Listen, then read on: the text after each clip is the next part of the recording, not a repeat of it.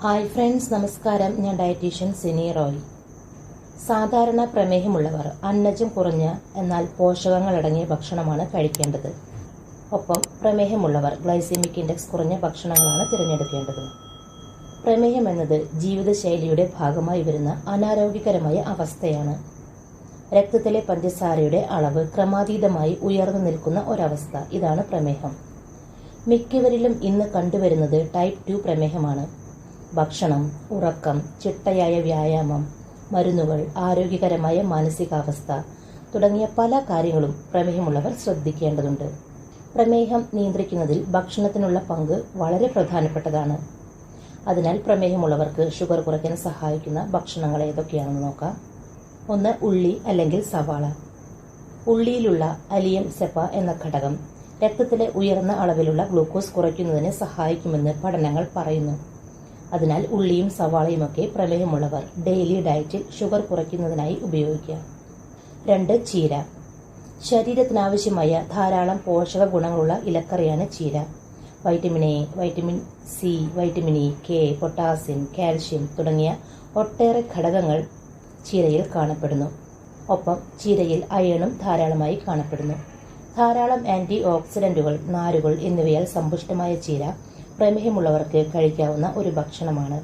ഇത് പ്രമേഹമുള്ളവരിൽ ഷുഗർ കുറയ്ക്കുന്നതിനും ദഹനം നല്ല രീതിയിൽ മെച്ചപ്പെടുന്നതിനുമൊക്കെ സഹായിക്കുന്നു. 3. ബ്രൊക്കോളി. കാർബോഹൈഡ്രേറ്റ് കുറഞ്ഞ ബ്രൊക്കോളി രക്തത്തിലെ പഞ്ചസാരയുടെ അളവ് കുറയ്ക്കാൻ സഹായിക്കും.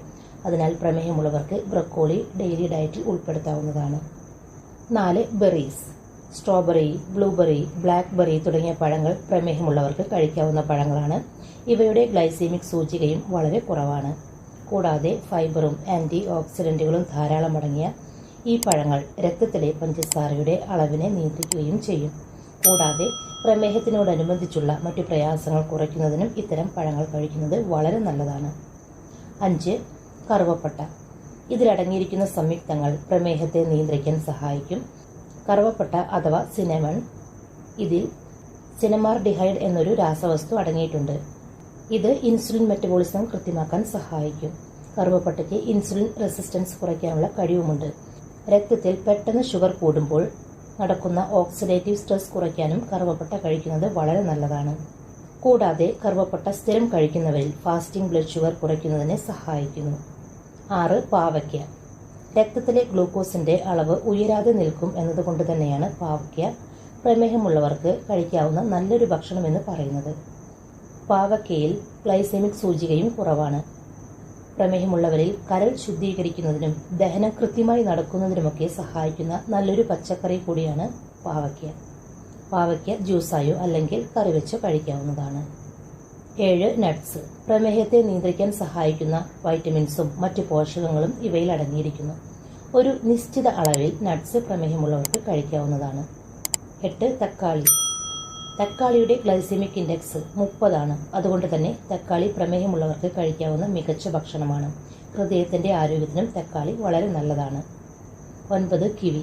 വൈറ്റമിൻ സി, പൊട്ടാസ്യം, നാരുകൾ ഇവയടങ്ങിയ കിവി പ്രമേഹമുള്ളവർക്ക് ഏറ്റവും മികച്ച പഴങ്ങളിലൊന്നാണ്. രക്തത്തിലെ പഞ്ചസാരയുടെ അളവ് കുറയ്ക്കാൻ ഈ പഴത്തിന് കഴിയുമെന്ന് പഠനങ്ങൾ സൂചിപ്പിക്കുന്നു. 10. തൈര്. തൈരിൽ അടങ്ങിയിരിക്കുന്ന പ്രോബിയോട്ടിക് ഗുണങ്ങൾ പ്രമേഹത്തെ നിയന്ത്രിക്കാൻ സഹായിക്കും.